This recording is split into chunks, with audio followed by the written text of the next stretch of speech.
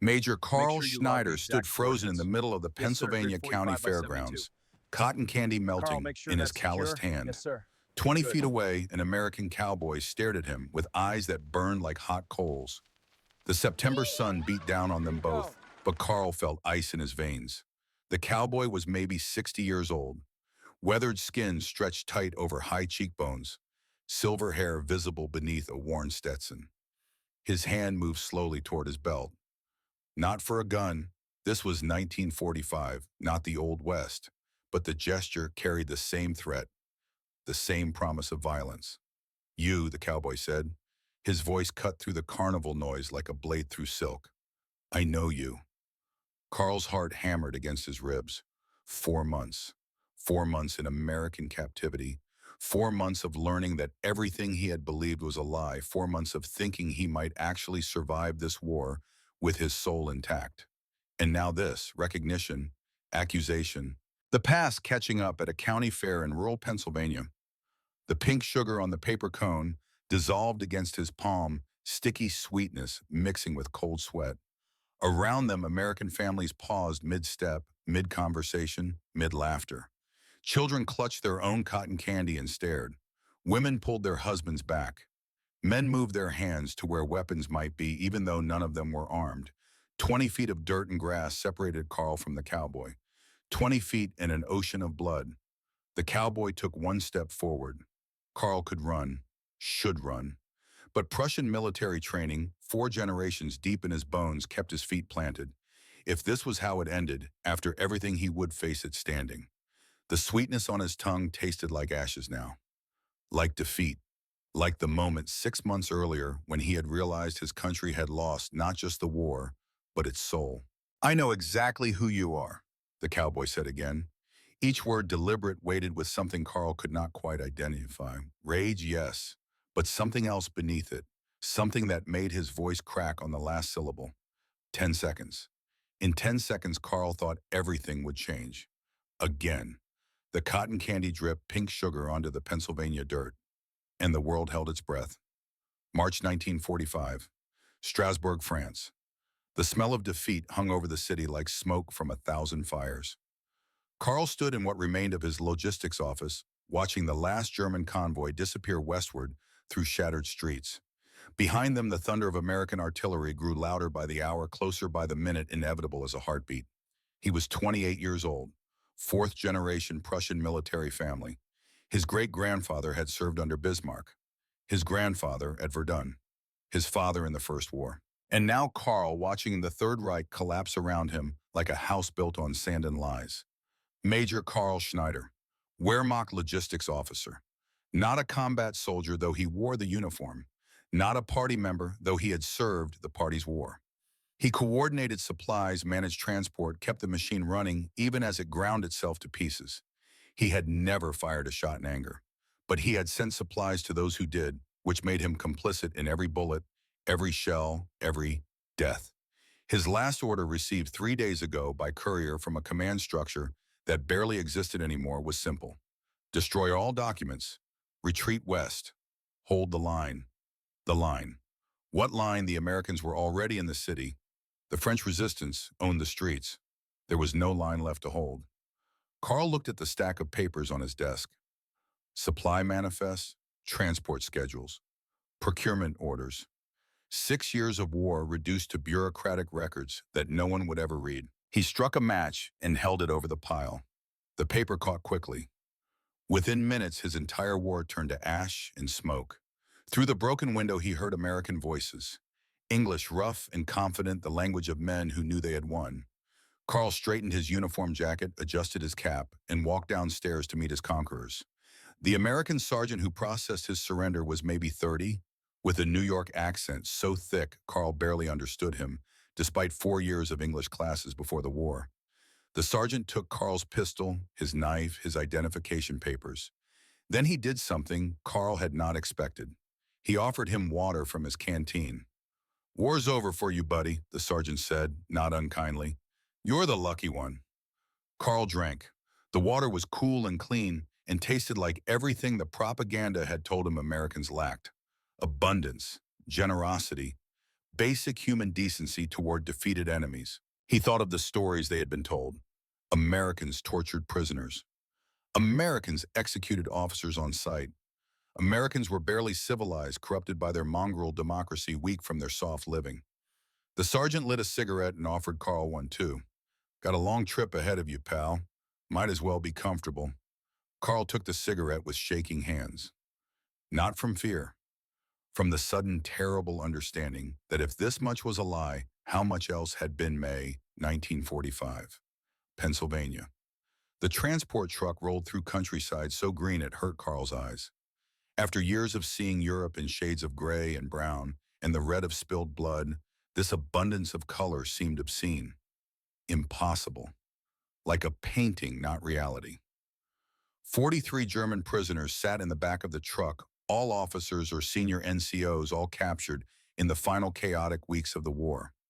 Most stared out at America in silence. A few wept quietly. One Lieutenant Otto Kessler sat rigid with his eyes closed, lips moving in what might have been prayer or might have been curses. Werner Baumann, Karl's closest friend from the Strasbourg posting, leaned close and whispered in German, "This cannot be real. Look at it. The farms, the animals, everything intact, prosperous, while we were starving." Karl said nothing. What was there to say? The evidence rolled past them with every mile. Cattle fat in green pastures, barns freshly painted, fields bursting with crops. Not a single shell crater. Not one burned-out building. Not a refugee in sight. America had fought a total war and emerged richer than when it started. Germany had fought the same war and ceased to exist. The truck turned onto a gravel road and stopped before a gate marked Camp Riverside. Beyond it, wooden barracks stood in neat rows beneath tall oak trees. American soldiers in clean uniforms manned the checkpoint. An American flag snapped in the spring breeze, red and white, and blue against an impossibly clear sky. The prisoners climbed down from the truck, one by one, muscles stiff from 2 days of travel. Carl was the last to descend. As his boots hit Pennsylvania dirt, he looked up and saw the man who would change everything.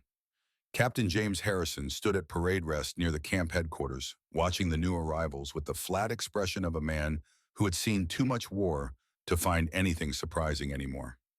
He was maybe 45, silver starting to show at his temples, the kind of weathered face that came from years in uniform. A veteran of the First War, Carl guessed, old enough to know what German artillery could do to human bodies. Next to Harrison stood a harder man, younger, maybe 40, with a rancher's build and a face that looked like it had been carved from granite with a dull knife.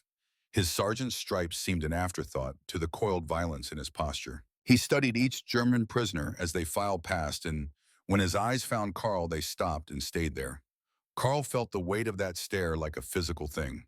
The sergeant stepped forward, moving with the loose readiness of a man who knew how to hurt people and had done it recently enough not to have forgotten the pleasure. "You," he said, pointing at Carl, "front and center major." Carl moved to stand before him, came to attention out of habit, out of years of discipline that defeat had not erased. The sergeant walked a slow circle around him, looking him up and down like a rancher inspecting livestock. "Major Karl Schneider," the sergeant read from the manifest in his hand. "Wehrmacht Logistics, fourth-generation Prussian military. No party affiliation noted." He looked up. "That true, not a Nazi." "I served Germany, Sergeant. I did not serve the party." "That's supposed to make it better." The sergeant's voice carried pure Texas, each word clipped and hard. "You kept the war machine running. How many American boys died because you got supplies where they needed to go?" Carl met his eyes. "I do not know, Sergeant. Too many." Something flickered in the sergeant's expression. Not quite respect, but acknowledgement of honesty. "Name's Coleman, Sergeant Frank Coleman. I run work details for local farms and ranches. You look like officer material. Probably never worked a real day in your life." "I have work, Sergeant Coleman." "Have you now?"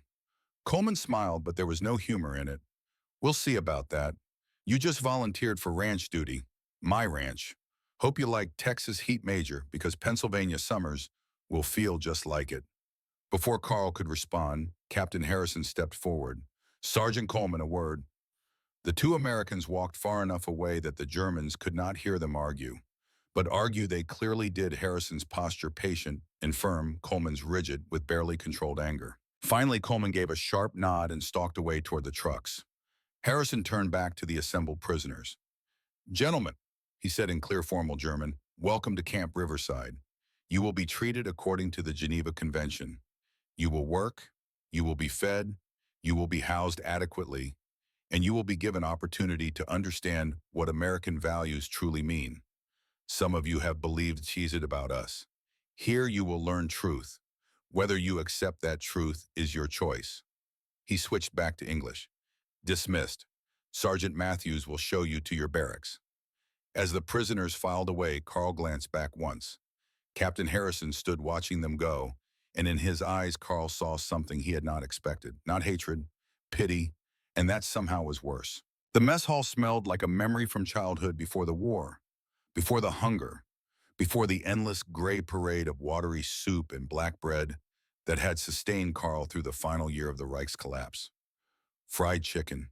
The scent hit him before he even entered the building, rich and impossible, the smell of fat and seasoning in abundance that his starving body recognized before his mind could process it. Carl stopped in the doorway, actually stopped walking, as the olfactory assault overwhelmed him. Behind him, Werner crashed into his back. "Gott im Himmel," Werner whispered. "Tell me you smell that too. Tell me I am not hallucinating." "I smell it. That is not possible. That cannot be what I think it is." But it was. Long tables filled the mess hall, and on them sat food in quantities that defied belief. Platters of golden fried chicken still glistening with grease. Bowls of mashed potatoes with butter melting into small yellow lakes across their surfaces. Fresh bread sliced thick, steam still rising from the crust.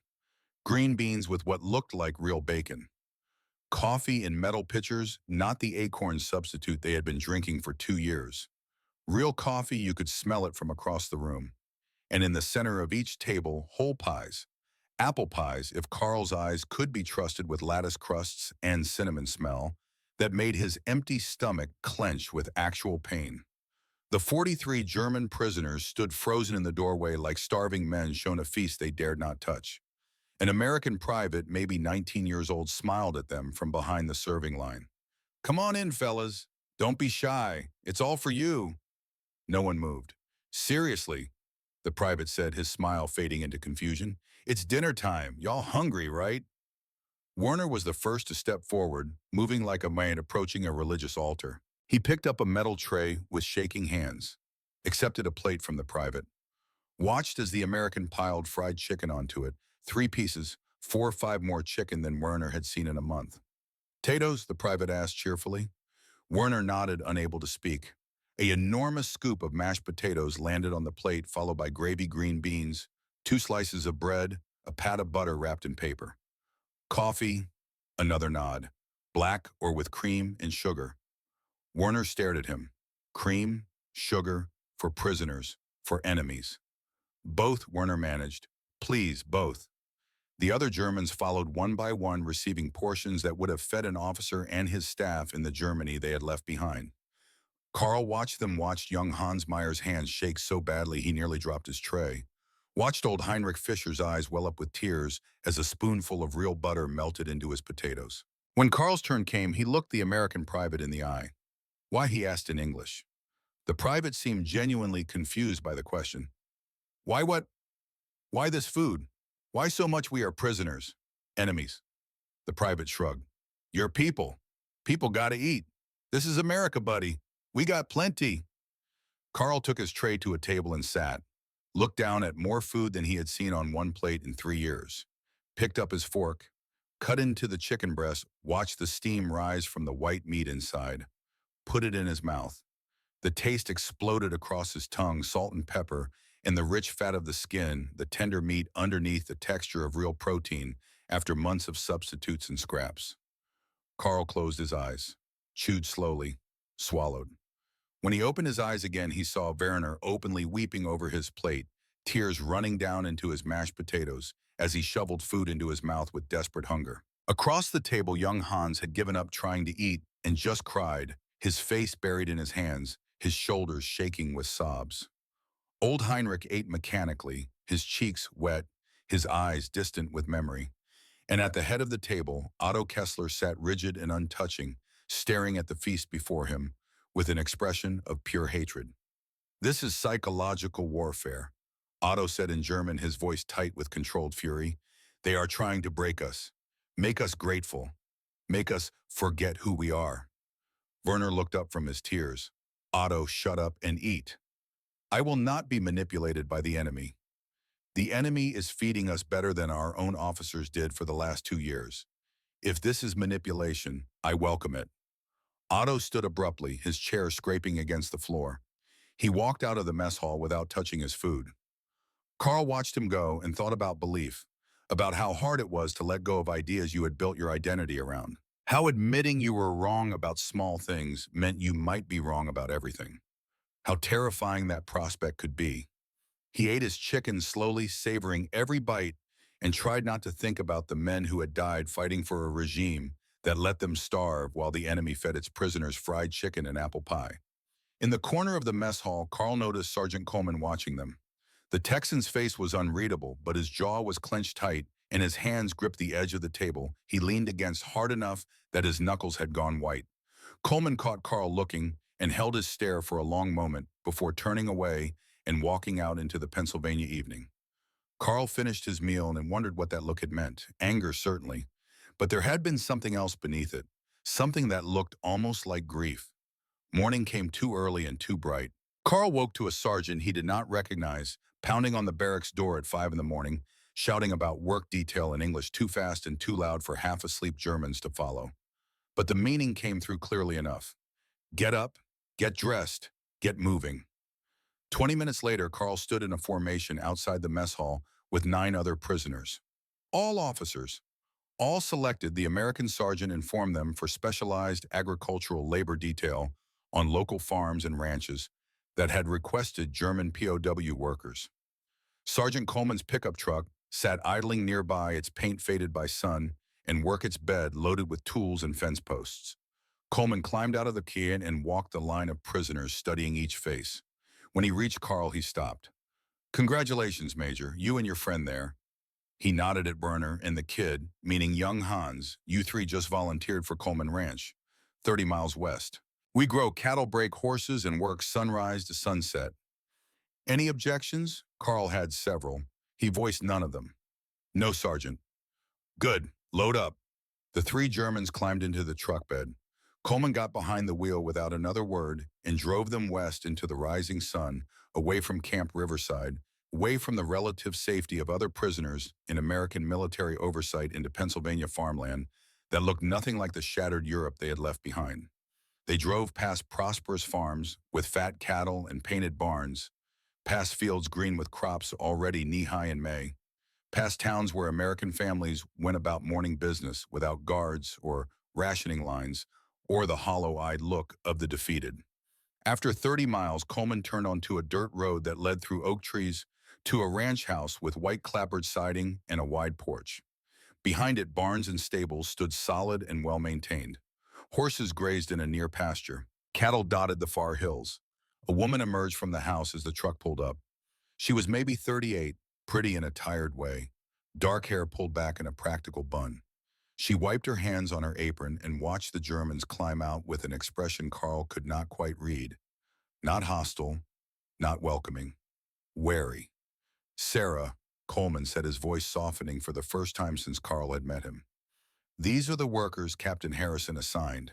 This is Major Schneider, this is Werner Baumann, and the kid is Hans Meyer. They speak English mostly. Sarah Coleman nodded to each of them in turn. Welcome to our home. She said the words polite but empty of warmth. I expect you'll work hard and cause no trouble. Yes, ma'am, Carl said. A teenage boy appeared in the doorway behind Sarah, maybe 16, with his father's build and his mother's dark eyes. He looked at the Germans with open suspicion. Michael, Coleman said, show them the bunkhouse. Then meet me at the north pasture. The boy nodded and gestured for the Germans to follow. He led them to a small building behind the main barn, a simple structure with 6 cots, a wood stove, and nothing else. This is yours, Michael said. Bathrooms in the barn, meals are in the main house. Don't go wandering. My dad'll tell you what to do. He started to leave, then turned back. "Did you kill Americans?" he asked suddenly. The question hung in the air like smoke. Carl chose honesty. "I coordinated supplies and transport. I never fired a weapon in combat. But the supplies I moved kept soldiers fighting. So yes, indirectly, I am responsible for American deaths." Michael stared at him for a long moment, then nodded once and left. Werner sat heavily on one of the cots. "This is going to be difficult," he said in German. "Yes," Carl agreed. "It is." An hour later, they understood exactly how difficult. Coleman worked them like mules. Fence repair in the burning Maze sun-post hole, digging in rocky soil, hauling water for cattle across pastures that seemed to stretch forever. He demonstrated each task once rapidly, then stood back and watched with arms crossed and eyes that missed nothing. Carl's hands, soft from years of desk work, blistered within the first hour. His back, unused to manual labor, screamed in protest. Sweat soaked through his shirt. The Texas sun, even transplanted to Pennsylvania, beat down without mercy. But he did not stop, did not slow, did not ask for rest, because Coleman was watching, testing, waiting for him to fail. And Carl Schneider, fourth-generation Prussian officer, would be damned if he gave the Texan that satisfaction. By midday, blood mixed with the sweat on Carl's palms where blisters had burst. Werner moved like an old man, his teacher's body not built for this kind of punishment. Young Hans fared better, his farm background serving him well, but even he looked ready to collapse. Coleman called a break and handed them canteens of water without comment. They drank in silence, too exhausted for words. Carl looked down at his ruined hands and thought about honor, about proving himself to a man who hated him for good reason, about earning respect through action when words meant nothing. "Why are you doing this?" Werner asked quietly in German. "You are an officer. You do not have to prove anything to him." "Yes," Carl said, watching Coleman walk the fence line they had just repaired, checking their work with professional thoroughness. "I do." "Why, I do not know yet, but I do." Coleman returned and looked at Carl's bleeding hands. "You want gloves, Major?" "No, Sergeant." Something flickered in Coleman's eyes. Not quite approval, but acknowledgement. "Suit yourself. Let's go. Cattle need feeding." They worked until sunset, painted the Pennsylvania sky in shades of orange and red. When Coleman finally released them, Carl could barely walk back to the bunkhouse. He collapsed onto his cot, fully clothed, every muscle in his body screaming. Werner fell onto the cot beside him. "I cannot do this again tomorrow," Werner said. "Yes, you can," Carl replied. "We both can." "Wait, why does it matter what this man thinks of us?" Carl stared at the ceiling, at the last light fading through the window. "Because he lost something. I can see it in his eyes. The way he looks at us, he lost something and he blames us for it. And until I know what it was, until I understand why he hates us so specifically, I cannot rest." "You are insane." "Probably." Outside, they heard Coleman's voice soft through the window, talking to his wife on the porch. "How'd they do?" Sarah asked. A long pause. "Better than I wanted them to," Coleman admitted. "Damn them. They worked like they had something to prove." "Maybe they do, Frank." "Maybe." Another pause. "Did the Major remind you of anyone?" Coleman's voice, when he answered, was rough with something that might have been grief. Yeah, he did." The porch door closed. Inside the bunkhouse, Carl lay awake long after Werner and Hans fell asleep, wondering who he reminded Sergeant Frank Coleman of and why that made the Texans' hatred burn even hotter. Tomorrow would bring more work, more pain, more testing. But tomorrow would also bring answers. Carl closed his eyes and let exhaustion take him. His last thought before sleep was of blood on his hands and the strange comfort that came from honest labor, honestly done. For the first time since the war began, he had earned something real, even if it was only the grudging respect of an enemy who had every reason to hate him. That somehow felt like enough. For now. 3 weeks passed in a rhythm of sweat and silence. Carl woke before dawn each morning to the sound of roosters and the smell of coffee drifting from the Coleman house. He worked until his hands bled, until his back screamed, until exhaustion became a kind of meditation. Fence posts, water troughs, hay bales, the endless, honest labor of a working ranch. And slowly, almost imperceptibly, something shifted. It started small. Coleman stopped watching Carl work and started working alongside him. Not talking, not friendly, but present. Two men repairing fence in parallel their movements, developing an unconscious synchronization born of shared task and mutual competence. Werner proved useful in ways none of them expected. His teacher's mind grasped the ranch's logistics quickly, and within a week he had reorganized Coleman's record-keeping system, streamlining feed orders and veterinary schedules, with the same precision he had once applied to lesson plans. Sarah Coleman noticed, started asking Werner's advice on household accounts, started treating him less like a prisoner and more like the educated man he was. Young Hans found his calling with the horses. The boy had grown up on a small farm outside Munich, and he moved around the animals with an instinctive grace that even Coleman could not ignore. When a wild mare arrived skittish and untrained, it was Hans who gentled her, first speaking soft German words, while his hands worked the lead rope with patience Coleman grudgingly respected. "Kid's got the touch," Coleman admitted one evening, watching Hans walk the mare in circles around the corral. "Natural horseman." Carl nodded, saying nothing, learning that sometimes silence built more bridges than words. Michael Coleman, 16 and torn between inherited hatred and witnessed reality, watched the Germans work. Watched them arrive exhausted each morning and leave more exhausted each night. Watched them never complain, never shirk, never show the weakness he had been taught to expect from the inferior enemy. It confused him, angered him, made him question things his father had told him in moments of grief-fueled rage. One afternoon, Carl and Coleman worked together breaking a particularly stubborn horse. The animal was 3 years old, wild, caught with fire in her eyes and power in her muscles that could kill a man if directed wrong. Coleman approached from the left. Carl mirrored him from the right. The mare's head swung between them, whites of her eyes showing hooves dancing in the dirt. "Easy," Coleman murmured, his Texas drawl softening into something almost gentle. "Easy now, girl. Nobody's gonna hurt you." Carl echoed the tone in German words the horse could not understand but responded to anyway, reacting to cadence and calm rather than meaning. The mare settled, slightly. Enough. Coleman got the halter on. Carl secured the lead. Together, they walked her to the post, their movements coordinated without discussion, without plan. Just two men who understood horses and each other's capabilities well enough to trust. When the mare was secured and calm, Coleman turned to Carl. "You said Prussian cavalry before the war." "Yes." "You any good?" Carl considered the question, considered the man asking it. "I was adequate, not brilliant, but I understood horses, respected them." "Can tell," Coleman said. He pulled work gloves from his back pocket, studied them like they held answers to questions he had not asked.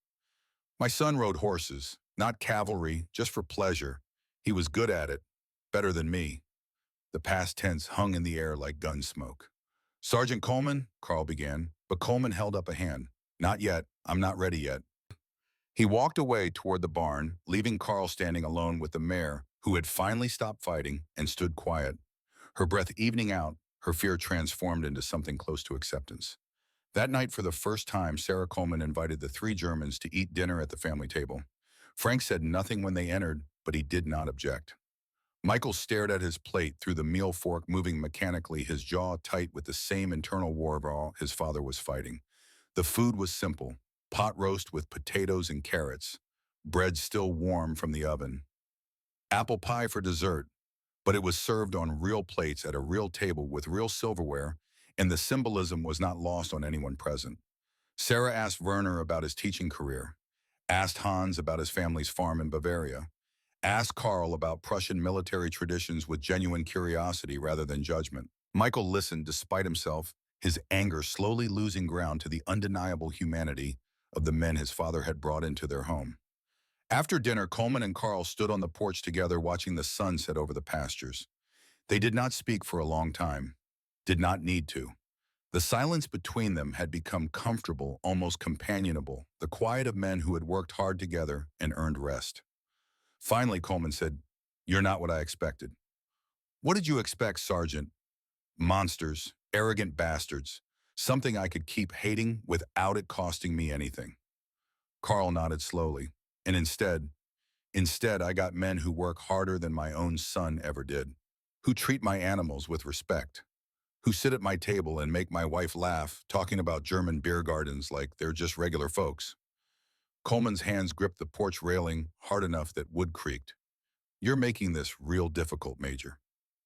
I am sorry. Don't be means maybe I was wrong. And if I was wrong about you, maybe I was wrong about a lot of things. Maybe James died fighting men who were just like him, and that's the worst goddamn thought I've had since they gave me the telegram. The name dropped between them like a stone in still water. James, Carl did not ask, did not push. He had learned that Coleman would speak when ready and not a moment before. They stood together in the gathering dark, two enemies who were becoming something else, something neither of them had words for yet. The evenings at Camp Riverside offered a different kind of education. Captain Harrison, it turned out, was not just a jailer, but a teacher. He made available to the German prisoners things they had been denied for years. American newspapers, radio broadcasts from Armed Forces Network, books from the camp library, information, truth, the things totalitarianism fears most. Carl sat in the barracks after long days at Coleman's ranch reading newspapers that told stories the German propaganda machine had called lies, photographs of concentration camps, eyewitness accounts of atrocities, testimony from survivors of horrors Carl had genuinely not known existed. Around him, other prisoners grappled with the same terrible knowledge. I did not know, Heinrich Fischer said one night, his voice hollow as he stared at photographs from Bergen-Belsen. The old school teacher's hands shook. I swear to God, I did not know it was this bad. They told us the camps were labor facilities. Resettlement. Not this. Never this. Werner sat with his head in his hands. We were fools, all of us. We believed what we wanted to believe because the alternative was unbearable. Young Hans, just 19, looked at the older men with eyes that had seen too much too young. My father believed until the end. He died believing we were the good ones, that we fought for something righteous. How do I honor his memory now? How do I respect a man who died for lies? Carl had no answer. He was still searching for answers himself, reading accounts of American industrial might, of production numbers that dwarfed anything Germany had achieved, of a nation that had fought on two fronts while its citizens lived in abundance rather than starvation. The propaganda had been comprehensive, total, and completely false. At the far end of the barracks, Otto Kessler sat alone, refusing to read the newspapers, refusing to listen to the radio, clinging to belief with the desperation of a drowning man gripping driftwood. Lies, Otto said whenever someone tried to share information with him.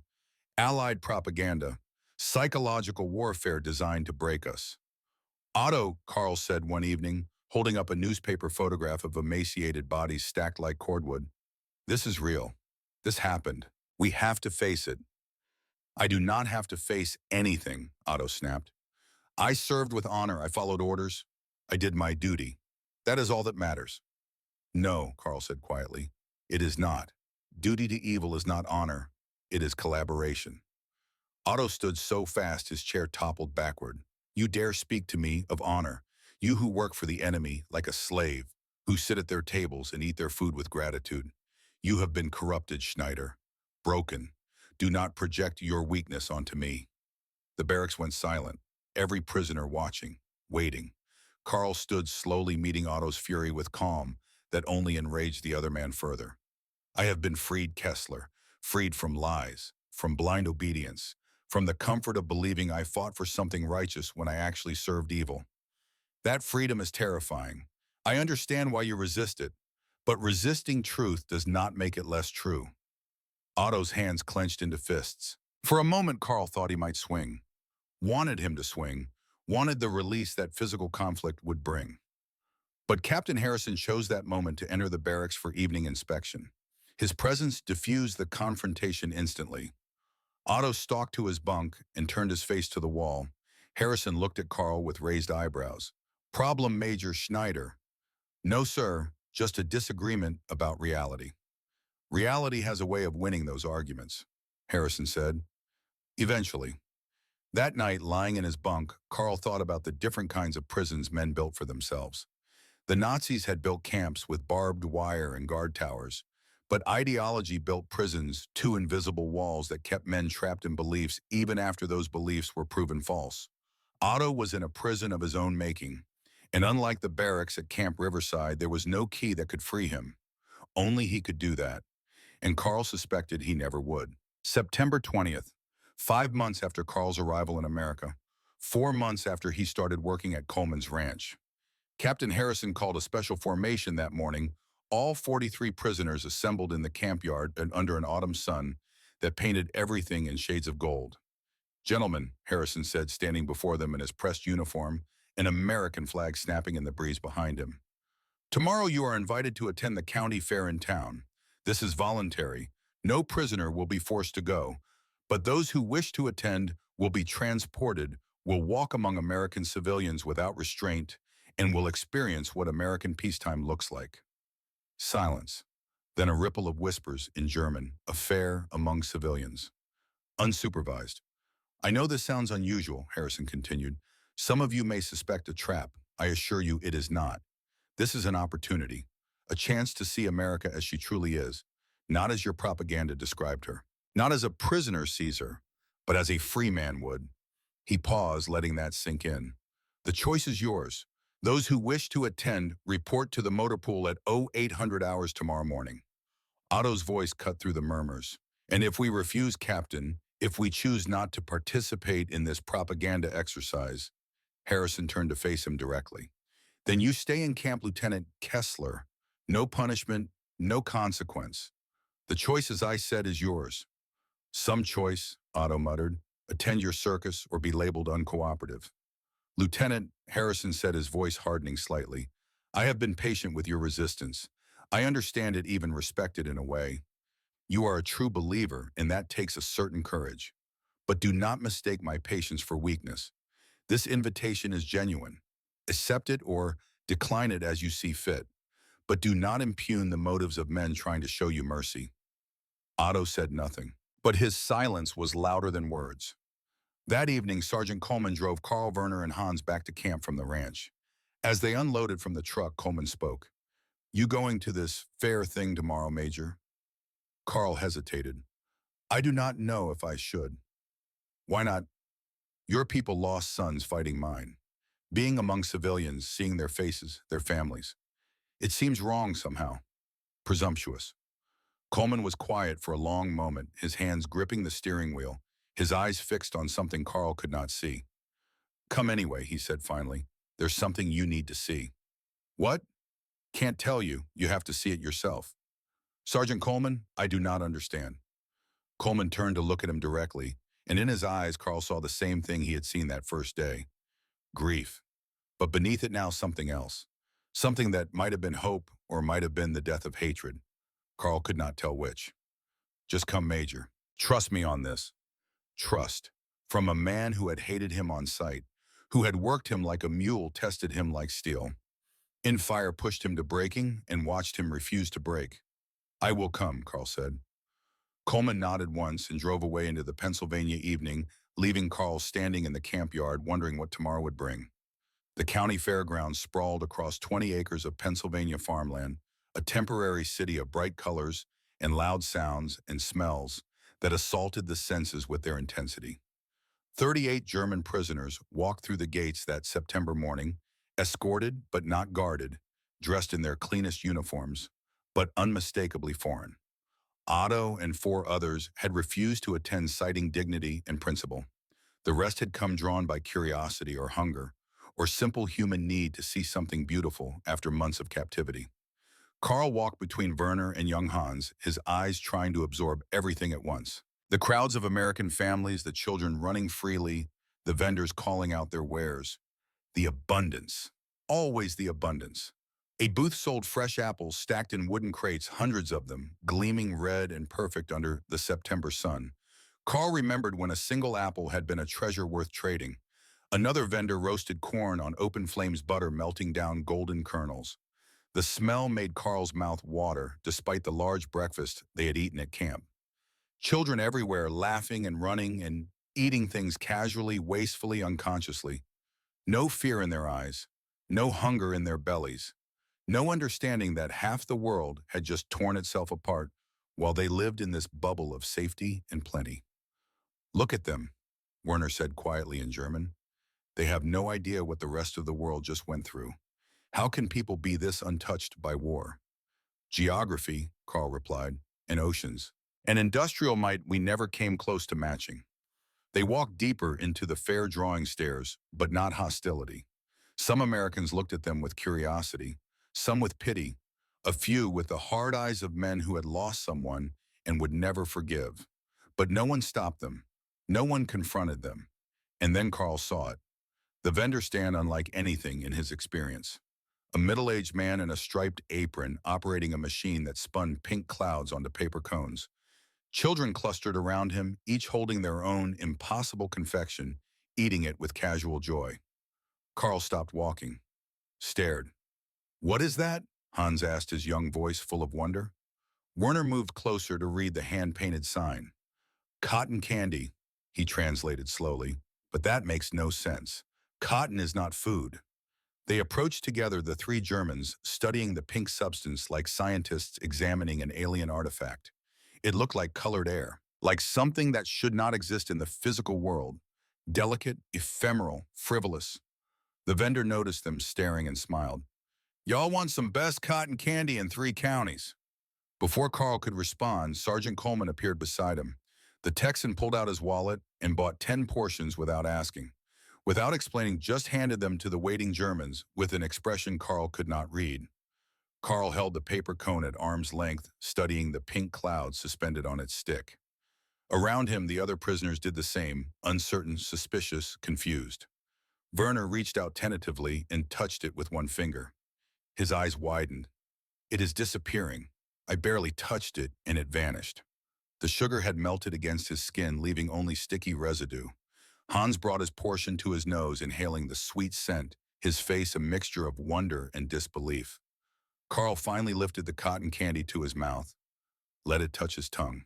The sugar dissolved instantly into pure sweetness, flavor so intense and uncomplicated, it seemed to erase everything else for just a moment.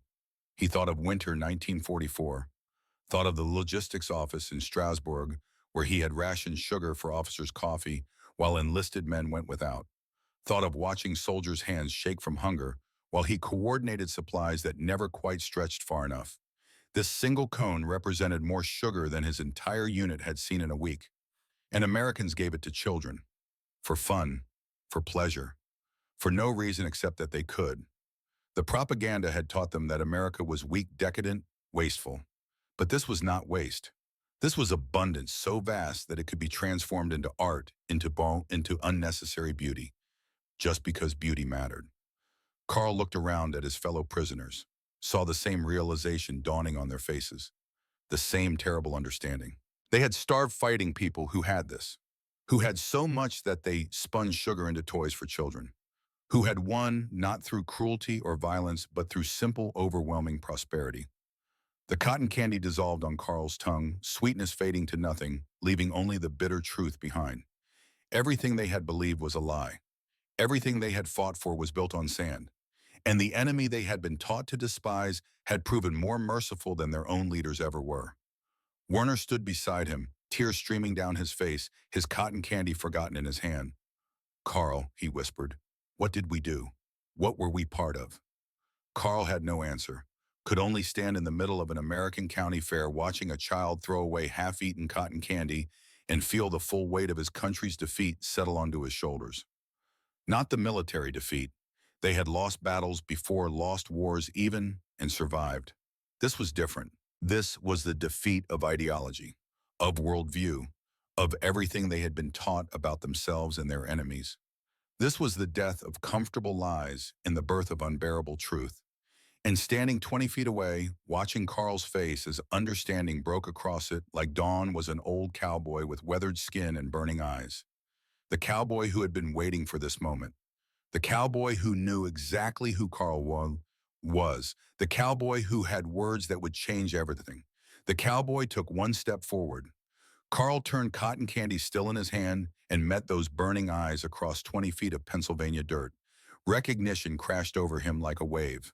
Not the man's face, that he had never seen before, but something about the way he moved, the set of his shoulders, the hard line of his jaw. Military. This man had been military, carried it still in his bearing and the controlled violence coiled beneath aged skin. "You," the cowboy said, his voice cutting through the carnival noise. "Major Carl Schneider, Wehrmacht Logistics, Strasbourg Garrison." Carl's blood turned to ice. How did this man know his name? His posting, "I know you," the cowboy continued, closing the distance between them with slow, deliberate steps. "I know exactly who you are and what you did." Around them, the fair seemed to pause. Americans stopped mid-conversation. German prisoners moved closer, protective, despite their own vulnerability. Sergeant Coleman appeared at Carl's shoulder, tense and ready. "Sir," Coleman said carefully, "maybe we should all take a breath here." "Stay out of this, Frank," the cowboy said without looking away from Carl. "This is between me and the major." The cowboy stopped 5 feet away, close enough that Carl could see the silver stubble on his jaw, the lines carved deep by weather and grief, the wetness beginning to gather in eyes too hard to cry. Strasbourg, March 17th, 1945. "You remember that day, Major?" Carl searched his memory desperately. March 17th, 3 days before the American breakthrough, 3 days before his entire world had collapsed. "There was fighting," Carl said slowly, "street by street. We were retreating, trying to hold long enough for the wounded to be evacuated." "That's right, street by street, building by building. And in one of those buildings, you had a squad of Americans pinned down. Young kids, most of them.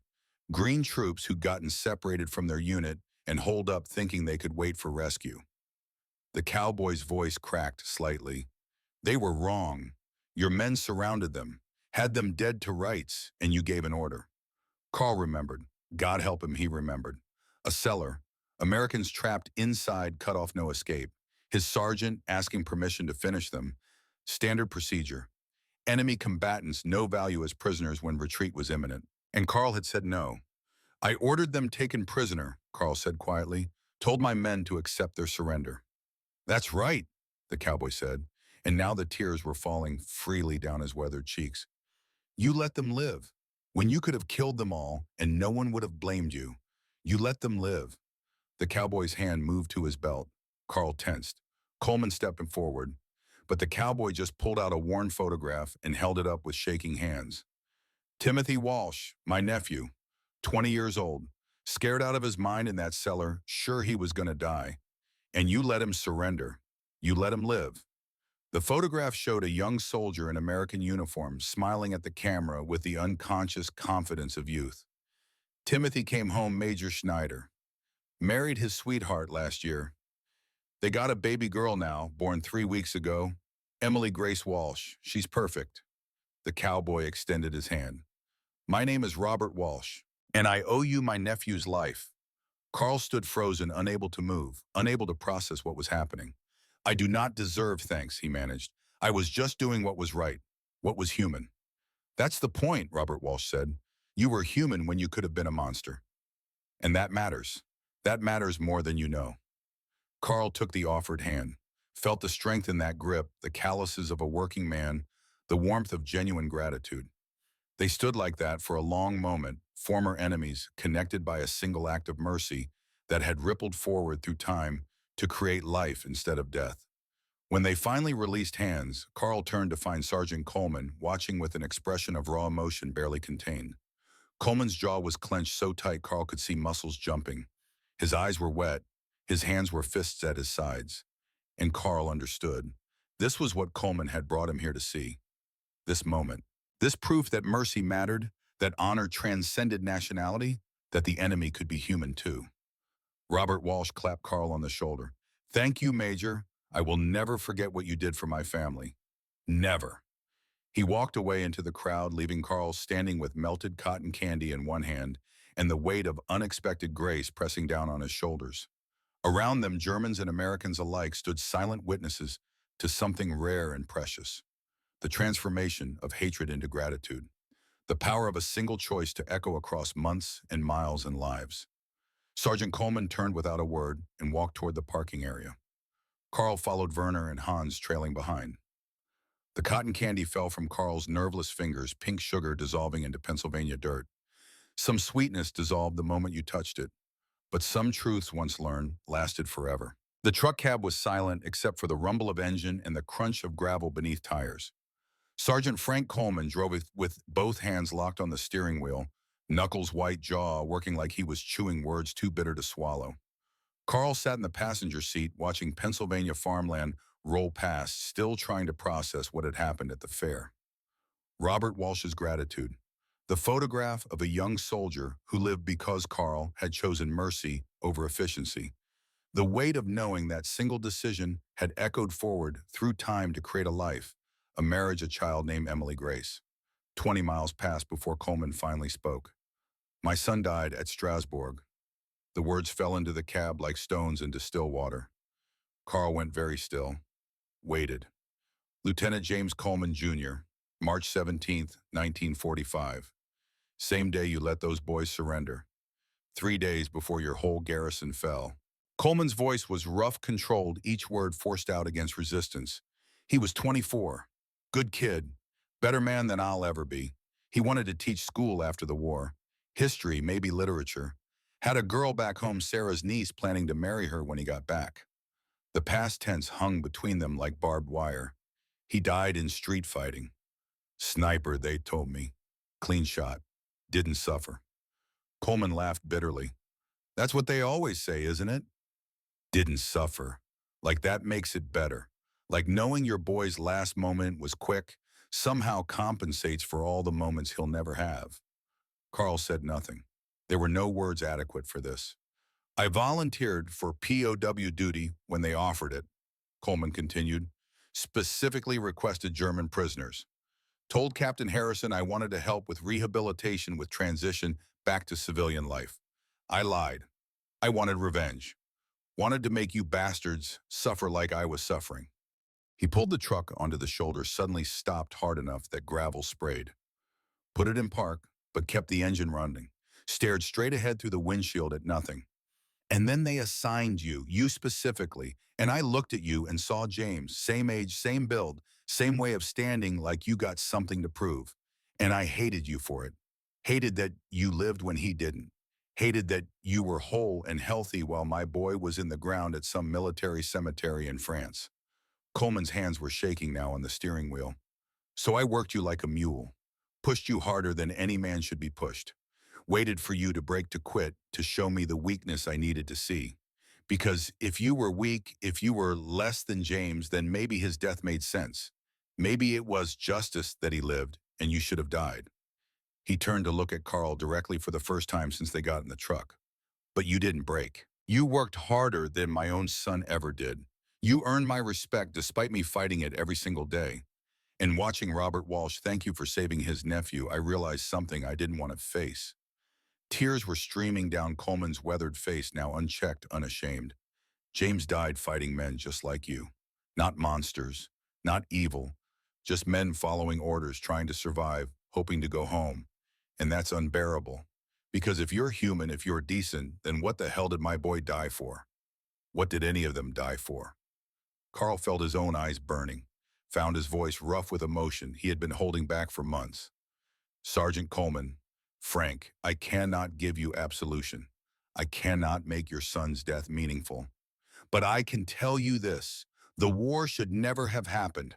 My country started it through arrogance and lies and evil ideology. Your son died stopping that evil. That matters.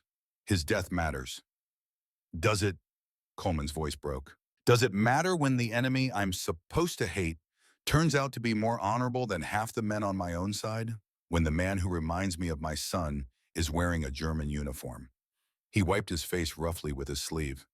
I wanted you to be the monster I needed you to be, Carl. Because monsters are easy to hate. But you're just a man. A good man, maybe. And I don't know what to do with that. Carl reached across the cab and gripped Coleman's shoulder. You do what Robert Walsh did. You choose to let mercy be stronger than hate. You honor your son by being the kind of man he would have been proud to call father.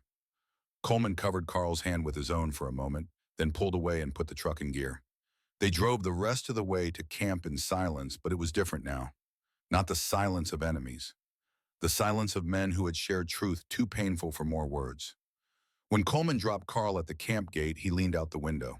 There's a church dinner in 2 weeks, October 21st. Harvest celebration. My family's going. Sarah wants you to sit with us. Carl stared at him, shocked. Frank, I cannot. Your people, your community, they lost sons. Me sitting at their table, it would be wrong. Maybe, Coleman said, or maybe it's exactly right. Maybe it's the only way forward. He drove away before Carl could argue further, leaving him standing at the gate with the taste of cotton candy still sweet on his tongue and the weight of Frank Coleman's grief heavy on his shoulders. October 15th, 3 weeks after the county fair. 2 weeks of hard work at Coleman's ranch with a new understanding between them, an unspoken truce that felt like the beginning of something neither man could quite name. Captain Harrison called another formation. "Gentlemen," he said, standing before the assembled prisoners in the autumn sunlight, "St. Mark's Lutheran Church has extended an invitation. On October 21st, they are hosting their annual harvest dinner. You are invited to attend as guests, to share a meal with the community, to break bread, as the saying goes, with former enemies." A ripple of reaction through the ranks. Excitement from some, fear from others, and from Otto Kessler's corner, barely contained outrage. "This is voluntary," Harrison continued. "No man will be forced to attend. But for those who choose to go, this is an opportunity to see American civilian life at its most authentic. A community gathering to give thanks for abundance and to practice the values this nation was founded on: generosity, hospitality, the belief that former enemies can become friends." Otto's voice cut through the murmurs. "Propaganda, Captain Harrison. This is nothing but a propaganda exercise designed to make us complicit in our own humiliation." Harrison turned to face him squarely. "Lieutenant Kessler, I have been patient with your resistance. But I want to be clear. This invitation comes from civilians who lost sons, brothers, husbands in the war your country started. They are choosing mercy, choosing to welcome you despite having every reason to hate you. That is not propaganda. That is courage." "It is weakness," Otto spat, "and I will not participate." "Your choice," Harrison said calmly. "But for those who do attend, remember this. You represent more than yourselves. You represent the possibility that men can lay down hatred and choose peace. Do not take that lightly." That evening in the barracks, the prisoners divided along familiar lines. Werner Heinrich, young Hans, and most of the others wanted to attend, saw it as opportunity, as honor, as chance to witness and participate in something rare. Otto and 3 others refused absolutely, called it betrayal, collaboration, surrender of principles. Carl sat on his bunk, caught between worlds as always, until Werner sat beside him. "You are going," Werner stated rather than asked. "Frank Coleman invited me to sit with his family." "The sergeant whose son died at Strasbourg." "Yes. And you will go." "I do not know if I should, Werner. These people lost everything. Who am I to sit at their tables and accept their hospitality?" Werner put a hand on Carl's shoulder. "You are a man trying to do right in a world that made doing right nearly impossible. You are a soldier who chose mercy when you could have chosen killing. You are proof that the enemy was human. They need to see that. And you need to accept their grace even if you think you do not deserve it." "I do not deserve it." "None of us deserve grace," Werner said quietly. "That is what makes it grace."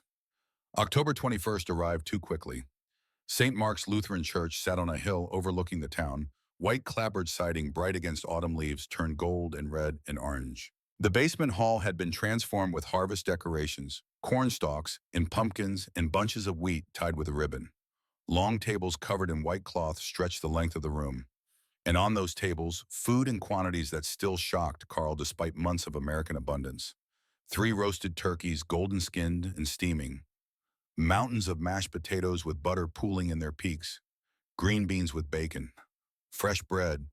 Cranberry sauce gleaming like jewels. Sweet potato casserole topped with marshmallows. And pies. Apple, pumpkin, pecan. The smell alone was enough to make grown men weep. 38 German prisoners entered the hall and found themselves facing maybe 80 Americans already seated. Families, farmers, veterans, widows, parents who had lost sons, wives who had lost husbands, children who would never know their fathers. And they stood when the Germans entered, not in hostility, in acknowledgement. Pastor William Henderson, maybe 60 years old with kind eyes and silver hair, raised his hands. "Friends," he said, his voice carrying easily through the sudden silence.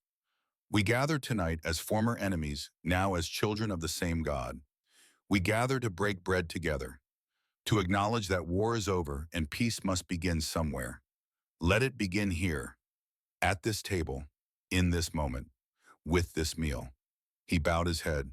Lord, we thank you for abundance. We thank you for mercy. We thank you for the courage to choose forgiveness over hatred, hope over despair, and reconciliation over revenge. Bless this food. Bless these men. Bless us all as we learn to be human together again. Amen. A chorus of amens, some stronger than others. Carl found Frank Coleman standing near a table at the side of the room. Sarah stood beside him wearing a blue dress that brought out the kindness in her tired eyes.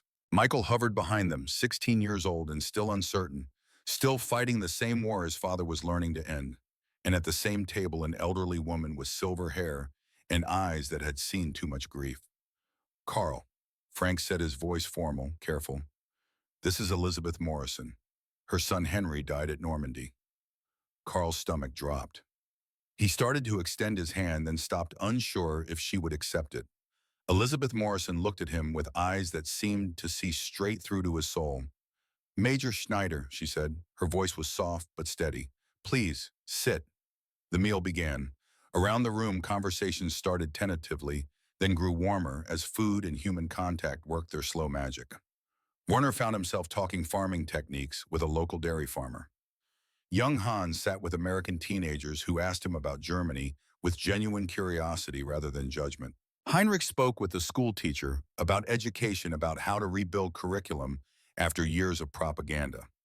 At Carl's table, Sarah Coleman asked about his family with gentle persistence. Michael listened despite himself, his anger slowly giving ground to the simple reality that the enemy major ate mashed potatoes, the same way everyone else did, laughed at the same small jokes, was undeniably, inescapably human. And Elizabeth Morrison sat silent through it all, watching Carl with an expression he could not read. Finally, as dessert was being served, she spoke. Major Schneider. Carl turned to face her fully, gave her his complete attention. Yes, ma'am. My son Henry died on Omaha Beach, June 6, 1944. He was 24 years old. Carl felt ice in his veins. There was nothing he could say to that. No words existed. I am deeply sorry for your loss, Mrs. Morrison. Are you? Her voice was not hostile, just curious. Can you be sorry for something you did not personally cause? Carl chose honesty over comfort. I coordinated logistics, Mrs. Morrison. I never fought at Normandy, but I kept the army supplied that did.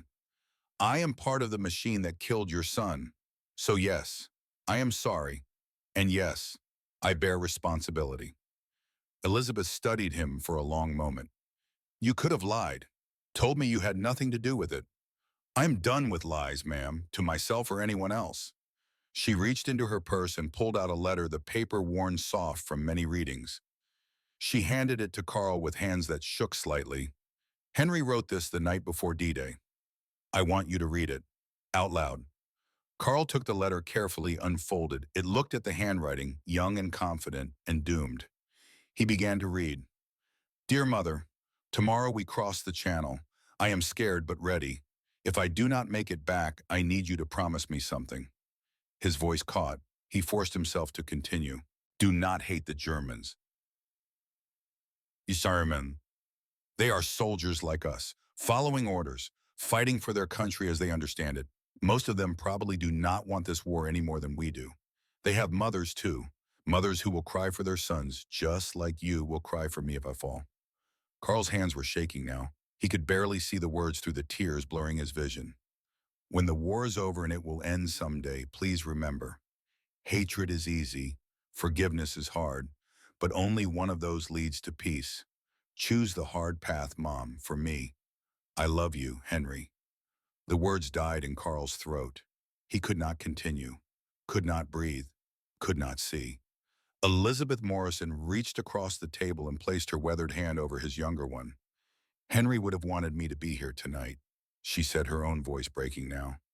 He believed the war would end, but hatred did not have to continue.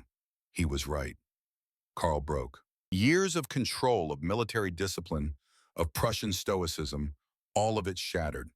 He wept openly. This enemy soldier, this logistics officer, this man who had kept the machine running while boys like Henry died on beaches far from home. I do not deserve this, he managed through the tears. Your son's mercy, yours, any of it. None of us deserve grace, Major, Elizabeth said, gripping his hand tighter. That is why it is called grace. She stood still, holding his hand, and pulled him to his feet. And in front of 80 Americans and 37 Germans, this Gold Star mother embraced the enemy officer, and they wept together for sons lost and mercy found, and the terrible, beautiful possibility of peace. The room had gone completely silent. Frank Coleman stood and began to clap. Slow, solemn, not celebration, acknowledgement of something sacred. Others joined. A standing ovation, but quiet, reverent, the sound of people witnessing something they would tell their grandchildren about. When Carl and Elizabeth finally separated, he saw that even Michael Coleman had tears streaming down his young face, his anger finally completely washed away by the undeniable power of his neighbor's forgiveness. Back at Camp Riverside, Otto Kessler sat alone in the empty barracks. He had refused to attend the dinner, refused to participate in what he saw as theater manipulation, psychological warfare, designed to break their spirits and corrupt their loyalty. But sitting alone in the silence, surrounded by empty bunks, Otto felt something crack inside him. Not his belief. That remained intact, solid, unshakable.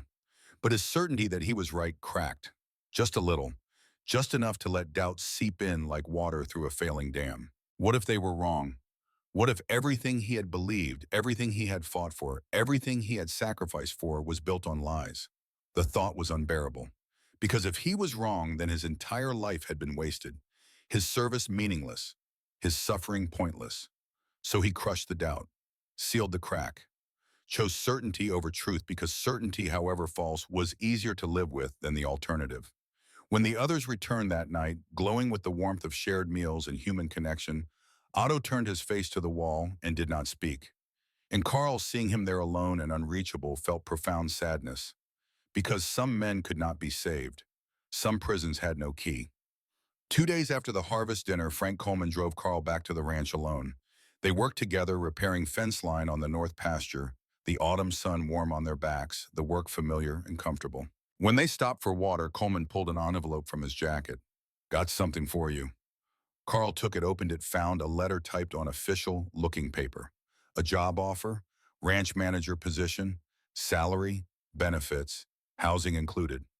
Frank, I cannot. Immigration laws, I am enemy alien. I cannot just stay in America.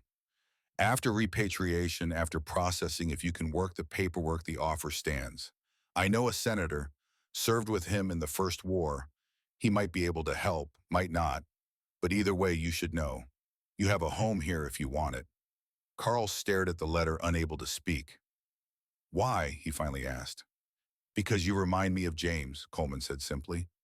And maybe helping you is the only way I can honor what he would have been. The man he could have become. You work hard. You are honest.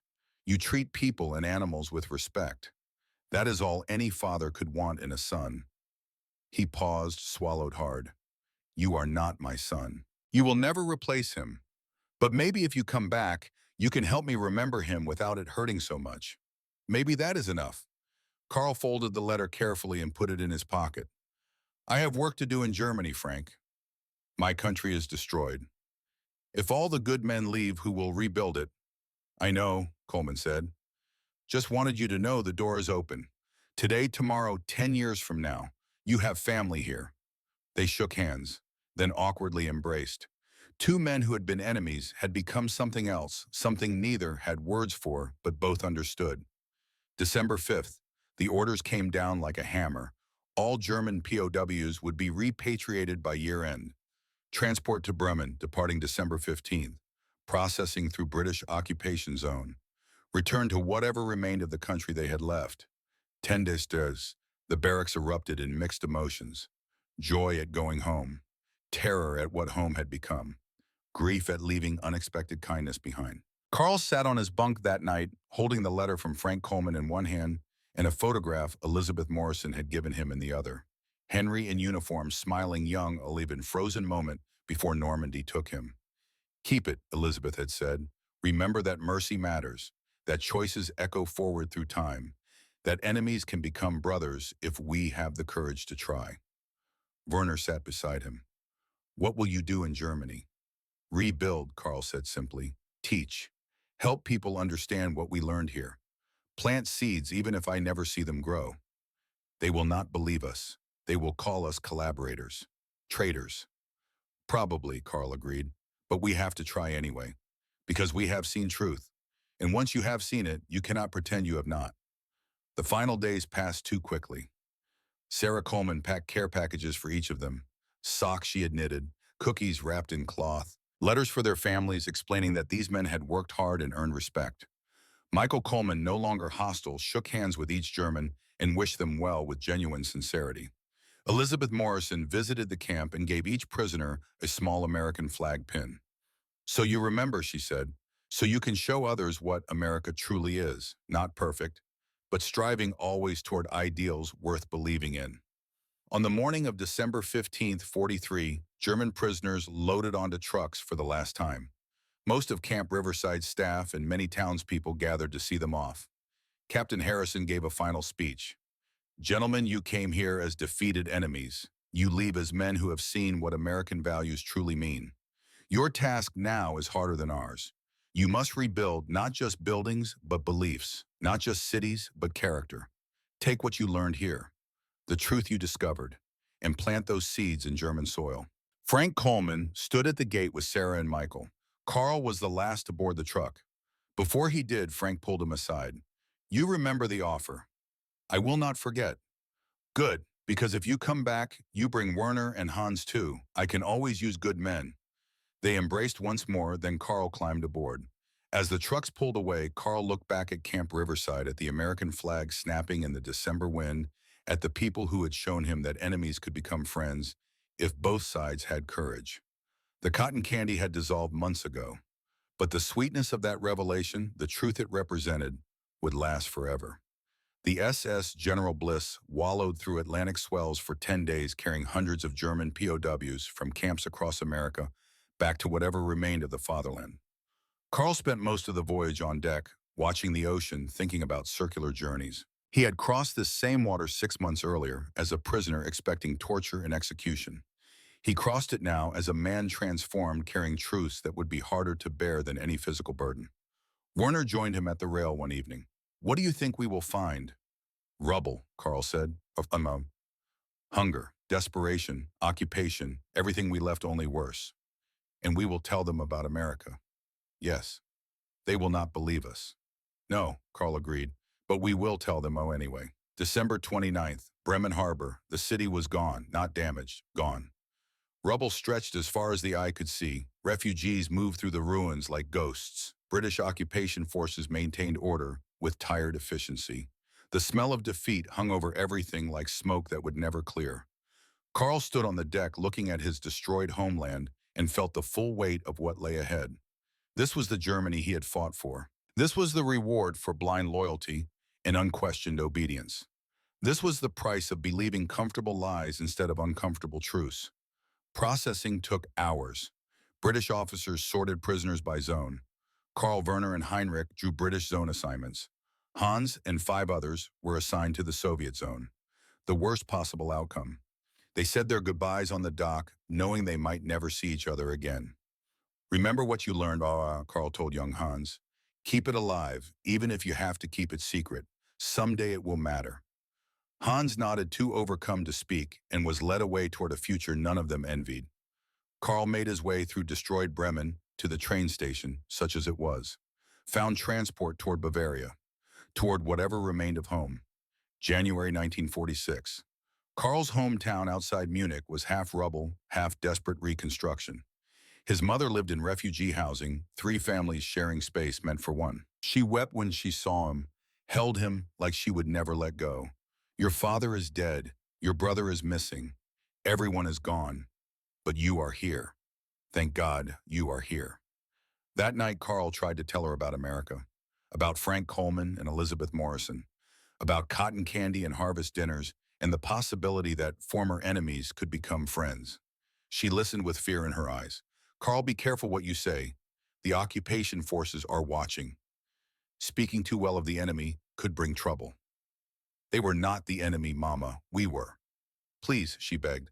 I have lost too much. Just survive. Just live. That is all I ask. Carl understood. Change would be slow, dangerous, incremental, but necessary. He found work as a liaison between German civilians and British occupation administration. His English, his understanding of Allied thinking, his proven integrity made him valuable. He used that platform carefully, treating people with dignity, organizing fairly, building trust through transparency. Small changes, quiet changes, but changes that mattered. Seeds planted in rubble. Some would grow, some would not, but all of them necessary. June 1947. Frank Coleman appeared at Karl's door in Bavaria. Figured I should see the old country, he said with a slight smile, and check on your friend, Sweden. They spent a week together, Frank meeting Karl's mothers, seeing the destroyed Germany, understanding the weight of the task Karl had chosen. On his last day, Frank made the offer again. Come back with me. The ranch needs you. America needs men like you. Karl shook his head. My work is here. Germany needs people who understand that former enemies can become friends. Who know that mercy is stronger than hate. If I leave, who will teach that? Frank nodded, accepting. Then make it count. Years passed. Letters crossed the Atlantic. Frank sent news of the ranch of Sarah and Michael, of Elizabeth Morrison's peaceful death in 1963. Karl sent news of slow progress, of teaching position at university, of marriage to Anna, a teacher, of children who would never know the hunger their father had known.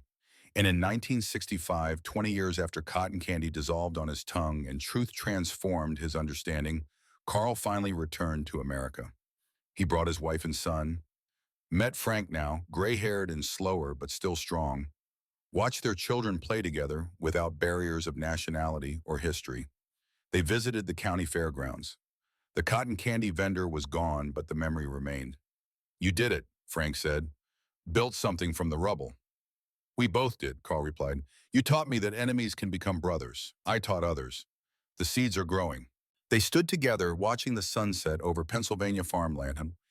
Two old soldiers who had proven that choice is stronger than circumstance, that mercy matters more than revenge, and that peace is built one meal, one truth, one friendship at a time. The cotton candy had dissolved in 1945, but the sweetness of what it represented would echo forward through generations.